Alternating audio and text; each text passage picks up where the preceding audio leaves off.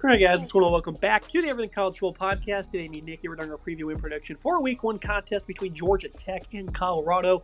3.5-point favorites are the visitors. 55.5 is the total. 8 p.m. Eastern time on ESPN. Going down Folsom Field in Boulder.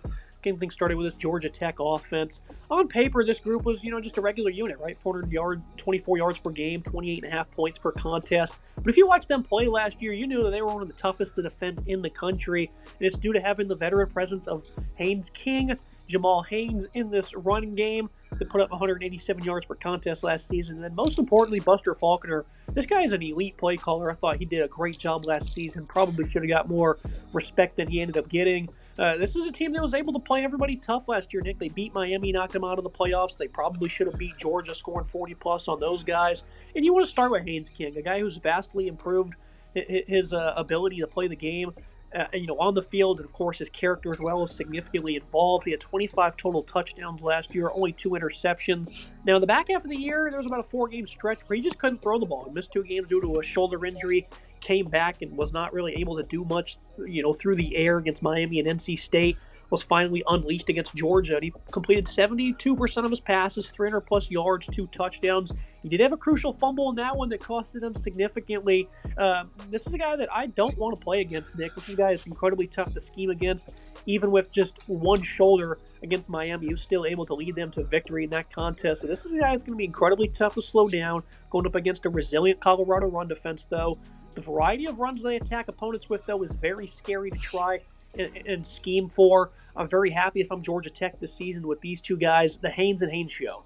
You're right. I don't want to play against Haynes King. This is an incredible quarterback who is a really valuable asset as a runner and a really solid passer. Last year, 73% comp rate, 2,100 yards passing, 14 touchdowns, 2 picks. Now, I will say he did have 100 less attempts last year than he did in 2023. Important to note, still very impressive. Only have 2 interceptions, had 27 touchdowns and 16 picks and 2,800 yards in 2023. But he was a little banged up last year. 587 and 11 scores on the ground for him as well. If you get a mix between 2024 and 2023, taking the good from 2023, taking the good from 2024, this kid could absolutely light it up in the ACC and be a dominant factor in this conference. 28.5 points per game last year, 4.95 yards per attempt on the ground, 6.11 yards per play overall. So an offense that was pretty efficient. They bring back Jamal Haynes, who was an incredible back for this team as well. A really good 2-headed monster with Haynes squared there. 950 for him on the ground, 9 touchdowns overall, and 5.6 yards per attempt. So expect this offense to run the ball, try and attack the vulnerabilities in this Colorado defense that we'll talk about in a second.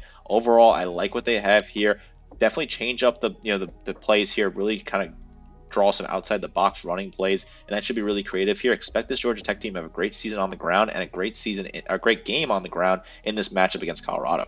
So a lot of jet sweeps, a lot of quarterback draws, a lot of just regular running back handoffs, inside outside zone. It's just they do such a good job of keeping the opponent on their heels. And then they'll just randomly throw the ball downfield for 30-plus yards. And they have pass catches that are certainly capable of making you pay. Malik Rutherford, a veteran of the program, had 700-plus receiving last year. He's an efficient player. You also have, the guy coming over from FIU and Eric Rivers, who has plenty of speed to replace the outgoing Eric Singleton. So there's not much fall off there. So they still have guys that can hurt you downfield with play action. So I'm a big fan of this offense. The way they orchestrate things is just so beautiful to watch. If they can stay fully healthy, that's certainly going to lead to them going a long way. You look at the offensive line, well, it's mainly a veteran unit. Keelan Rutledge is a standout at right guard. Joe Fusilli at left guard. Ethan McKinney, I think, is going to be better as a junior now at left tackle. So this is an offensive line, Nick. They fit this scheme very well also. They're tough. They're disciplined. Not too many penalties are called on these guys. They're able to stay ahead of the sticks. And, it's a collective effort from this group, and it's why they're so impressive. And I just can't stop raving about it. This is a very strong passing group that has a really solid overall, solid players here. Starts with Eric Rivers, who I think was a really solid add out of the portal, a guy that you could really get a lot out of at FIU. He was phenomenal, right? Almost 1,200 yards receiving, 18.9 yards to grab, 12 touchdowns. Really good numbers there. They bring back a really talented player in Malik Rutherford, who was really good for them last year. Expect Rutherford to get a ton of targets here again this year. 700 yards for him and 3 scores. That's a really good 1-2 punch. I really think this Georgia Tech offense could be really solid. A great duo overall. I like what they have. Some Isaiah Kenyon as well as a solid solid player, Zion Taylor. He's a decent player. Dean Patterson was a pretty interesting add out of the portal as well for some depth pieces. Also from FIU with 685 yards receiving and 7 scores. Expect this passing attack to be really strong. They were a good unit overall last year. 17 touchdowns to 7 interceptions. Expect the passing attack to be pretty solid if King is fully healthy. I like the pieces they have, and I like what he can do under center. Now let's move to the Colorado offense. This is a group last year that was also tough to defend. 33 points per game. Of course, they had a superstar at quarterback and wide receiver.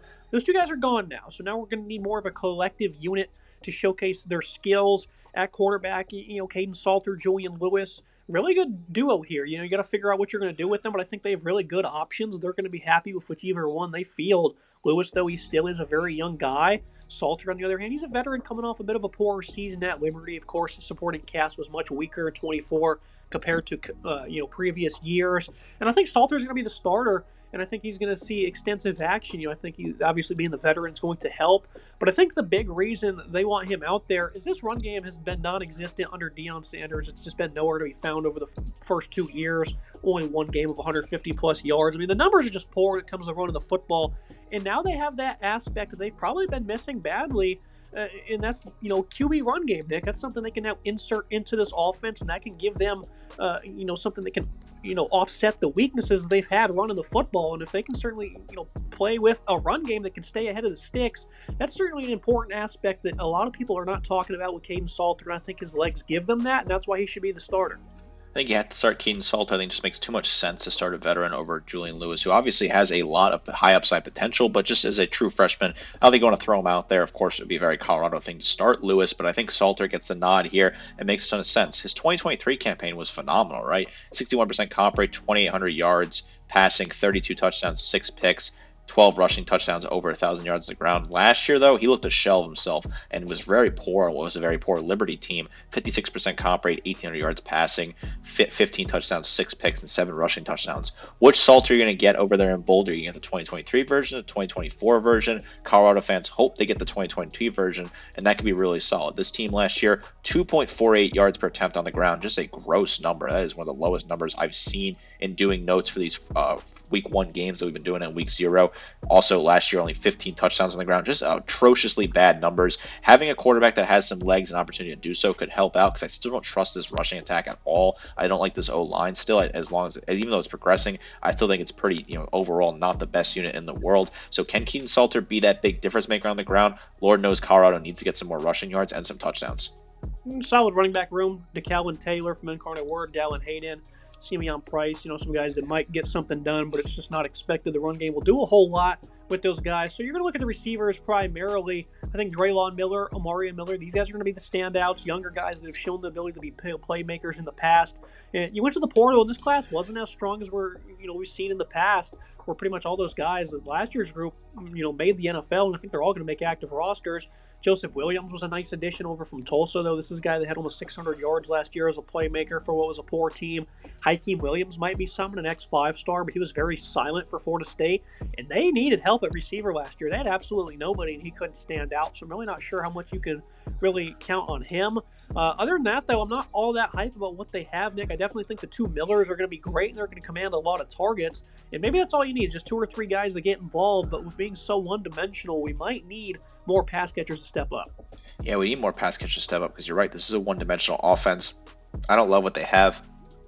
And the rest of the running back room, Dallas Hayden, Michael Welch, these are guys that have to certainly show me more this year. Same thing with Taylor, who I think was a good ad, but he's got to show me more. Draylon Miller and Omarion Miller, I think those are 2 solid pieces. I think Omarion Miller is a really good asset overall, 216 yards for him last year in touchdown, but he's got to step up. He'll get a ton more targets this year. Same thing with Draylon Miller. He's going to get a lot more targets. He had 3 touchdowns and 275 yards. The rest of the room, Sincere Brown, maybe he could be solid. Same thing with the 2 Williams, Hakeem and Joseph Williams. But man, this passing attack is not exactly the same as it was last year. They were really efficient, obviously, right? 6.05 yards per play. So about, a huge increase from the rushing yards attempt and almost 33 points per game last year. Can this passing attack even be similar to what was last year, considering all they lost? Got to keep an eye on it. Got to see how they look in week 1. What type of play calling will Pat Shurmur roll out there? What's he going to do with this offense? Because obviously they have to adjust, losing the type of talented players they lost in the NFL draft. The offensive line does get more encouraging by the year. Jordan Seaton, he's going to be one of the top left tackles in football. Xavier Hill's a nice addition. He's an ultra-versatile player from Memphis. Zylan Chrysler, he's a multi-year starter coming over from the Big Ten. Azarian McGill, solid player as well. There was a starter last year. So the offensive line, I think, is definitely improved. But again, this is a group that just has not shown too much consistency. They had a phenomenal quarterback last year, and it was just a struggle to keep him on his feet. And again, the run game help has just not been there. So I'm not anticipating them all of a sudden making a significant leap. I think it's going to be something that's going to take a week-to-week improvement against a good Georgia Tech defense, Nick. I don't know how well they'll face. Yeah, I think the offensive line will get better eventually. Jordan Seaton, a great player out of Washington, D.C. area, our nation's capital before he went to IMG. He profiles to be the best player on this offense, in my opinion. He's just so talented. Xavier Hill should be really solid. That left side, I think, will be really good. The right side, what worries me a little bit more, Zylan Chrysler could be solid at right guard. But overall, I still think this is a weaker offensive line in general here. I think they will struggle against a pretty good defensive line and a pretty good defensive unit in general for Georgia Tech on paper. I'll go ahead and move to that Georgia Tech defense. A lot of transfers on this defensive line. Akivo Stone comes back home after spending a couple years at Ole Miss. I think Matthew Alexander is going to be a solid addition as well. Jordan Van Denberg, he's one of your top returners. As a veteran of the program, he's proven to be a good run defender. I definitely worry about the pass rush because that's one area they certainly lacked in last year. And with their brand of football, it certainly didn't cost them too much. But only 18 sacks isn't all that ideal. And if this Colorado offense is going to remain like last year, that's going to be pass heavy and sit back in the pocket and tear you apart. And we're going to have to find some pass rush. I don't think they'll have as much success this year doing that, but it's certainly probably going to be the focal point for the Buffalo offense. We need to find some pass rush here, Nick. Kyle Eifert, our top linebacker, we'll talk about more in a second. He ended up being your top sack getter with 3. So I'm definitely concerned about the pass rush, and I definitely think they're going to do just fine against the run. But that's one opening Colorado could certainly take advantage of, is their quarterback having plenty of time back there. I think this is a defensive line that has some interesting pieces. Van Denberg from South Africa, he's a really talented player. Matthew Alexander they added as well. They're hoping he could be solid from UCF. He had 4 tackles for loss, 3 QB hurries last year. AJ Hoffler, Keel Stone, these are all guys they're hoping to get more out of. Ronaldo Triplet as well. They're hoping he could be solid from UTSA. He had 4 sacks last year as well. They struggled against the run at times last year, 4.07 yards per attempt. But good news, Colorado couldn't really run the ball last year, right? So maybe that's a bit of a moot point. 5.63 yards per play given up on this defense and 25.6 points per game. The defensive line isn't great and the run D isn't great in general, but again, Colorado hasn't shown me they could run the ball, so I still think it's not a massive red flag for Georgia Tech right now. I think it's serviceable, but can they get pressure on whoever's under center for Colorado? Can they find a way to get some sacks, get some negative plays? That would go a long way in helping out this defense. In the middle of this group is phenomenal. Of course, the aforementioned Kyle Eifert, veteran by now, multi-year starter, old school football player. EJ Lightsley isn't as talked about, but he's coming off a phenomenal season as well. Love the addition of Kamen Spalding, Melvin Jordan, some pretty impressive players in the portal. So I love the linebacking group for them.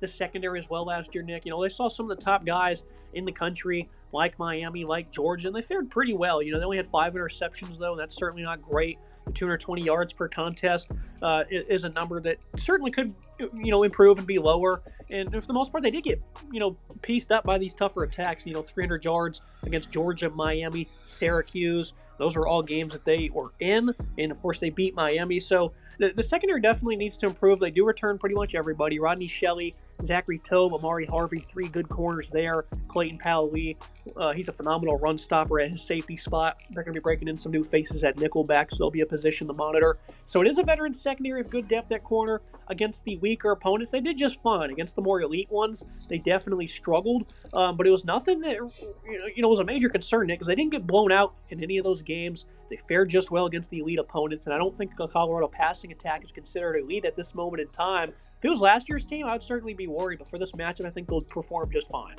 Yeah, I like what they have the linebacking unit. I think Kyle Eifert's a really talented player. 64 tackles for him last year, 3 sacks overall. I like what they have in the secondary as well. This is a unit that was okay at times for this Georgia Tech team last year. They had only 5 interceptions, though, so they got to find a way to be better there. They gave up 24 touchdowns as a unit. The secondary has some good depth overall at corner. I like some of the pieces. Powell-Lee is really solid. Rodney Shelley, I think, is a really good player as well. Amari Harvey should be solid for this team as well. I think the defense will hold up well here. Obviously, you're facing a tough potential offense if everything plays right, and Pat Shurmur could get creative here and kind of draw some things up. So I'm curious to see how the secondary plays here, how the linebacking core plays as well. But overall, I still think this is a pretty solid Georgia Tech defense that should have a decent day here in Boulder.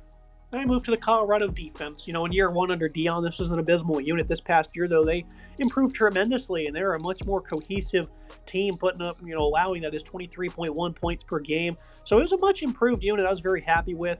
The run defense was good, certainly not great. And, of course, against Kansas, they got absolutely blitzed for 331 yards. And this Georgia Tech rushing attack is a very comparable one to that of Kansas, Nick. Now, I like what Colorado has up front. They have a good collection of bodies. They have veterans, good size.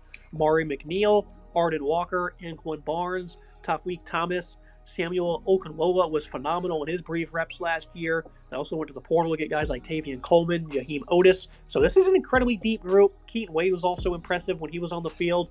So this is a team that has depth at pass rusher. They have size on the interior. Still, Nick, they played Georgia Tech last year. This is nothing that's new to them. We played Miami. We played Georgia. If you want to talk about rotation and size, those teams are the best in the country when it comes to that. So this is not a challenge they haven't seen before, but it doesn't mean that Colorado can't win the matchup edge. We look at Colorado, in 2023, Dion's first, they give 34.8 points per game, absolutely abysmal. Last year, they dropped that number down to 23.1. They were really solid at times last year, 3.87 yards per attempt given up on the ground, 5.07 yards per play. So I think this defense showed a lot of progress, and I think they continue to show progress here. A good, deep defensive line that returns some good pieces, and they were good at rushing the passer last year.